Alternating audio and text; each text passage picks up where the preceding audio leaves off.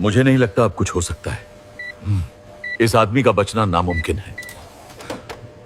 ये वाक्य जैसे ही सीनियर सर्जन के मुंह से निकला, ऑपरेशन थिएटर की हवा और भारी हो गई।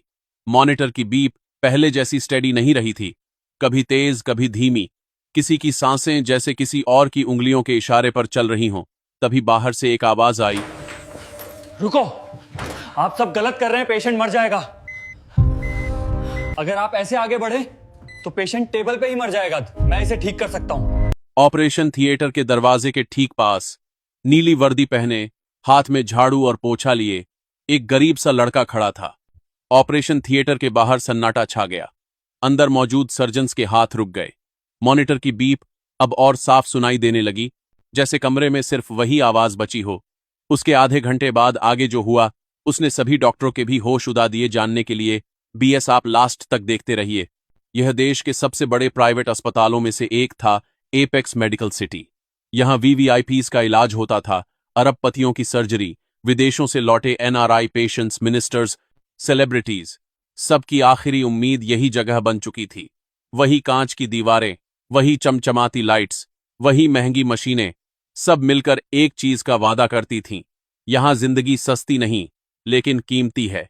और आज ऑपरेशन टेबल पर लेटा था अरविंद मल्होत्रा, एक अरबों की कंपनी का मालिक, अखबारों में जिसकी तस्वीर बिजनेस पेज पर छपती थी, टीवी चैनलों पर जिसका इंटरव्यू आता था, बोर्डरूम में जिसकी एक हाँ या ना हजारों लोगों की नौकरी तय करती थी, जिसने अपने दम पर एम्पायर खड़ा किया था। लेकिन इस समय वह सफेद चादर के नीचे बेहोश पड़ा था। चेहरे पर ऑक्सीजन मास्क, छाती पर लीड्स, नसों में दवाएं, उसकी पूरी ताकत मशीनों के भरोसे थी। उसे कैंसर था। डॉक्टरों ने साफ कहा था, इलाज मुमकिन है लेकिन रिस्क 50-50। या तो आज सर्जरी होगी या फिर कुछ महीनों में मौत तय है। घर वालों के सामने सारी रिपोर्ट्स रखकर डॉक्टरों ने 3 शब्द बोले थे, आपको डिसाइड करना है। और अंत में अरविंद ने खुद कहा था, करो सर्जरी। अगर बचना है तो पूरी कोशिश करनी होगी। सर्जरी शुरू हो चुकी थी। शुरुआत के 2 घंटे सब कुछ प्लान के हिसाब से चला। स्कैन में दिखने वाला ट्यूमर वैसे ही जगह पर था। मेज पर झुके सर्जन स्टेडी हाथों से काम कर रहे थे। नर्सें इंस्ट्रूमेंट्स आगे बढ़ा रही थीं। एनेस्थेटिस्ट हर मिनट वाइटल्स पर नजर रख रहा था। लेकिन तीसरे घंटे में अचानक हालत बिगड़ने लगी। बीपी 110 से 95 पर आ गया सर। हार्ट रेट 120 क्रॉस कर रहा है। Respiration irregular. सीनियर सर्जन डॉ अमरेश मेहता के माथे पर पसीना आ गया। उनके हाथों ने हजारों सर्जरी देखी थी, लेकिन हर केस नया होता है, खासकर तब जब ट्यूमर ऐसी जगह हो जहां एक गलत कट पूरी जिंदगी बदल दे। अगर हम आगे बढ़े और पेशेंट नहीं बचा तो पूरा पैनल सवालों में आ जाएगा। हॉस्पिटल की साख, हमारा नाम, सब दांव पर लग जाएगा। किसी जूनियर ने धीमी आवाज में कहा, शायद प्रोसीजर अबॉर्ट कर देना चाहिए सर। लेकिन वहां सिर्फ नाम, इज्जत या करियर की बात नहीं थी। वहां एक इंसान की जिंदगी पटरी पर थी। इसी बीच ऑपरेशन थिएटर के बाहर एक लड़का खड़ा सब कुछ सुन रहा था। नाम था नील, उम्र 25-26 साल। आज वह वहां सिर्फ सफाई कर्मचारी था। नीली यूनिफॉर्म, पैरों में साधारण चप्पल, हाथ में पोछा। किसी को देखकर कोई नहीं कहेगा कि यह लड़का ऑपरेशन के बारे में कुछ समझता होगा, लेकिन उसकी कहानी इतनी छोटी नहीं थी। नील कभी डॉक्टर बनना चाहता था, बहुत तेज दिमागड़, स्कूल में हमेशा टॉप। गांव के मास्टर उससे सवाल पूछकर बाकी बच्चों को समझाते थे। उसने नीत दिया था ऑल इंडिया रैंक 5। यह कोई मामूली बात नहीं थी। लाखों बच्चों में 5वां नंबर। उसके नाम पर पूरे जिले में बधाइयां आई थीं। पोस्टर लगे थे, डॉ नील वर्मा, हमारे शहर का गर्व। 2 साल तक मेडिकल ट्रेनिंग भी पूरी की थी। Anatomy, physiology, biochemistry, dissection hall की महक, लाइब्रेरी में देर रात तक पढ़ाई, सब उसकी रूटीन का हिस्सा था। डॉ बनने का रास्ता साफ दिखाई दे रहा था। लेकिन तभी उसके पिता का देहांत हो गया। छोटे कस्बे की छोटी सी किराने की दुकान चलाने वाले, जो मुश्किल से घर का खर्चा निकालते थे, अचानक एक रात सीने में दर्द लेकर गिरे और फिर वापस नहीं उठे। घर की जिम्मेदारी अचानक उसके कंधों पर आ गई। मां, छोटा भाई, 2 छोटी बहनें, फीस भरने वाला कोई नहीं बचा, एमी चुकाने वाला कोई नहीं, बिजली पानी, स्कूल की फीस, इलाज all on one young shoulder. पढ़ाई छूट गई, लाइसेंस नहीं मिला, डिग्री अधूरी रह गई, पर अस्पताल से उसका रिश्ता नहीं टूटा। उसने जानबूझकर इसी एपेक्स मेडिकल सिटी में सफाई की नौकरी ली।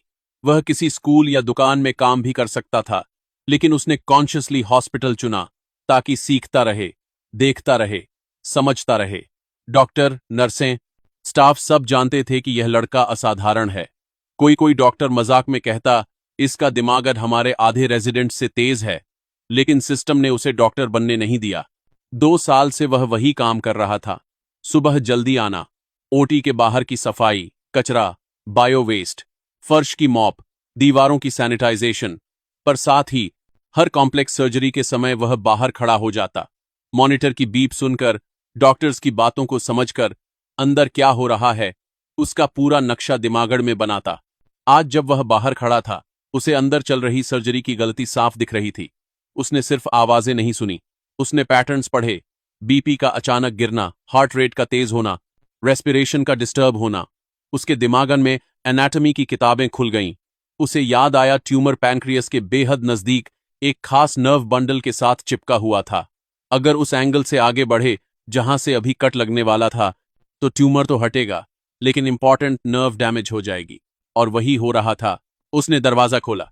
सर, अगर आप इस पॉइंट पर कट लगाएंगे तो ट्यूमर हटेगा, लेकिन नर्व डैमेज हो जाएगी। पूरा पैनल उसकी तरफ मुड़ा। ये कौन है? इसे बाहर निकालो। एक जूनियर सर्जन ने इरिटेट होकर कहा, यह सफाई वाला है, इसे ओटी के अंदर आने की इजाजत किसने दी? नील की आवाज कांप रही थी, लेकिन नजरें स्थिर थीं। उसे पता था वह बहुत बड़ी लाइन क्रॉस कर रहा है, पर वह यह भी जानता था कि अगर अभी नहीं बोला तो अरविंद मल्होत्रा शायद जिंदा नहीं बचेगा। मैं हाथ नहीं लगाऊंगा, बस मेरी बात सुन लीजिए। तभी सर्जरी हेड डॉ मेहता, जो नील को पहले से जानते थे, आगे आए। उन्होंने सबको रुकने का इशारा किया। इसे बोलने दो। सब हैरान। नील ने मॉनिटर की तरफ देखा। उसकी आंखों में घबराहट नहीं, कैलकुलेशन थी। ब्लड फ्लो रिवर्स हो रहा है। आपने जिस वेन से ड्रेनेज लिया है, वहां पीछे एड्रेनल जंक्शन वाली साइड पर प्रेशर बन गया है। अगर आप वही अप्रोच रखेंगे तो बीपी गिरता ही जाएगा और हार्ट ओवरलोड होकर फेल हो सकता है। एक असिस्टेंट बोला, तुम एनाटॉमी के लेक्चर दे रहे हो हमें? नील ने सीधा जवाब दिया, सर, मैंने 2 साल यही पढ़ा है और 2 साल से यहीं खड़े होकर आपकी सर्जरीज देखी हैं। मैं सिर्फ आपसे एक करेक्शन की रिक्वेस्ट कर रहा हूं। अगर आप 7 मिलीमीटर दाएं तरफ शिफ्ट करें तो नर्व सेफ रहेगी और ट्यूमर अलग हो जाएगा। डॉक्टरों की आंखें फैल गईं। ये बातें सिर्फ किताबों में नहीं, अनुभव से आती हैं। किसी भी मेडिकल स्टूडेंट को बेसिक एनाटॉमी आता है, पर लाइव सर्जरी के दौरान मिलीमीटर के लेवल पर सोच पाना, वो भी एक सफाईकर्मी के रूप में बाहर खड़े होकर, ये किसी भी सीनियर को भी चौंका देता है। डॉ मेहता ने गहरी सांस ली। उन्हें याद आया, उन्होंने खुद नील की फाइल देखी थी। नीट रैंक 5, 2 साल एमबीबीएस कंप्लीट, फिर फाइनेंशियल रीजंस से ड्रॉप आउट। उन्हें यह भी याद था कि कई बार कॉरिडोर में जाते हुए उन्होंने नील को नोट्स बनाते देखा था। सर्जरीज के बाद डायग्राम्स बनाते हुए उनके सामने अब 2 ऑप्शंस थे। या तो सिस्टम का रूल फॉलो करें, नॉन मेडिकल स्टाफ की बात इग्नोर करो, या फिर उस एक जिंदगी को प्राथमिकता दें जो टेबल पर रखी है। ठीक है, हम इसकी बात मानते हैं। पूरे ऑट में जैसे हवा रुक गई। सर्जरी आगे बढ़ी। हर स्टेप नील की बताई दिशा में। सुई, कैनुला, सक्शन, सब 7 मिलीमीटर के हिसाब से एडजस्ट किया गया। असिस्टेंट सर्जन अभी भी स्केप्टिकल थे, लेकिन उन्होंने डॉक्टर मेहता पर भरोसा किया। कुछ मिनटों बाद मॉनिटर स्टेबल होने लगा। बीपी 90 से 100, 110, हार्ट रेट नॉर्मल रेंज में वापस। Oxygen saturation 96%। डॉक्टरों के चेहरे पर टेंशन की जगह राहत आने लगी। ट्यूमर अब क्लियरली दिखाई दे रहा था। नर्व बंडल से थोड़ा हटकर फाइन डाइसेक्शन से पूरे मैस को बिना नर्व डैमेज के निकाल लिया गया। Tumour out, bleeding controlled. Operation theatre में एक लंबी सांस ली गई। पेशेंट स्टेबल है। अरविंद मल्होत्रा की जान बच गई। टीम ने एक दूसरे को देखा। किसी ने नथिंग कहा, लेकिन सबकी आंखों में एक ही बात थी, जो रिस्क लिया गया वो सही था। नर्सों ने हल्की मुस्कान के साथ अपने मास्क के पीछे से एक दूसरे को देखा। अंदर से कोई क्लैप नहीं कर सकता था, लेकिन दिल में सबने किया। नील चुपचाप बाहर निकल गया। वह न हीरो बनना चाहता था, न क्रेडिट लेना चाहता था। उसके लिए इतना काफी था कि वह जिस गलती को देख रहा था उसे समय पर रोक पाया। कुछ घंटे बाद जब अरविंद को होश आया, आईसीयू की हल्की रोशनी में उसने सबसे पहले सीलिंग देखी। फिर हिली हुई पलकें खोलकर धीमी आवाज में पूछा, डॉक्टर, मैं बच गया? डॉ मेहता ने मुस्कुराकर कहा, हां, आप बच गए हैं और ट्यूमर भी निकल चुका है। लेकिन उन्होंने थोड़ा रुककर कहा, एक अन्न देखे हीरो की वजह से। कुछ दिनों बाद जब अरविंद रिकवरी रूम में शिफ्ट हो गया तो उसने इंसिस्ट किया, मैं उस आदमी से मिलना चाहता हूं जिसने मेरी जान बचाई। नील को अंदर बुलाया गया। वह दरवाजे पर ही रुक गया। उस कमरे में पहली बार आया था जहां हर चीज महंगी थी, leather sofa, automatic blinds, private TV, fresh flowers. लेकिन उसकी वर्दी वही थी, नीली। उसके नाम का छोटा टैग, नील हाउसकीपिंग। अरविंद ने उसकी तरफ देखा। तुम डॉक्टर हो? नील ने सिर झुका लिया। नहीं सर, मैं सिर्फ सफाई करता हूं। अरविंद की आंखें भर आईं। सिर्फ सफाई करता हूं? मैंने सुना है, अगर तुम बीच में नहीं बोलते तो आज मेरा परिवार शोक सभा में बैठा होता। नील ने धीरे से कहा, सर, मैं बस वो नहीं देख पा रहा था जो मैं देख रहा था। आपने जिंदगी भर डिसीजंस लिए हैं, मैंने बस एक डिसीजन लिया। बाकी काम डॉक्टरों ने किया है। अरविंद ने उसके हाथ पकड़ लिए। आप एक NCI। आज के बाद से तू मेरे लिए सिर्फ सफाई करने वाला नहीं है, तू वो इंसान है जिसकी वजह से मैं अपने पोते को बड़ा होते देख पाऊंगा। लेकिन नियमों के कारण नील का नाम कहीं रिकॉर्ड में नहीं गया।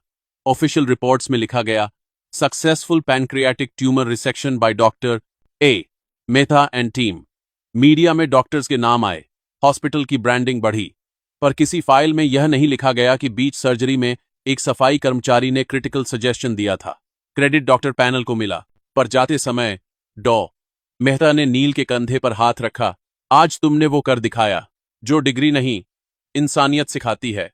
तुम्हारे पास लाइसेंस नहीं है, लेकिन तुम्हारे अंदर सेंस ऑफ रिस्पॉन्सिबिलिटी है, नॉलेज है, और सबसे बड़ा, किसी इंसान को बचाने का जुनून है।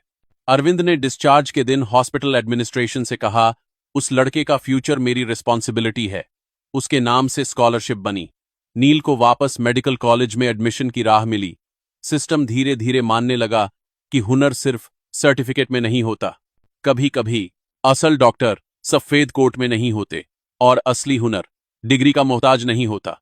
नील के पास लाइसेंस नहीं था, पर जिम्मेदारी थी, ज्ञान था, और इंसान को बचाने का जुनून था। अगर यह कहानी आपको छू गई हो तो लाइक करें, सब्सक्राइब करें और कमेंट में लिखें। हुनर पहचान का मोहताज नहीं, क्योंकि कभी कभी असली हीरो झाड़ू पकड़े खड़ा होता है।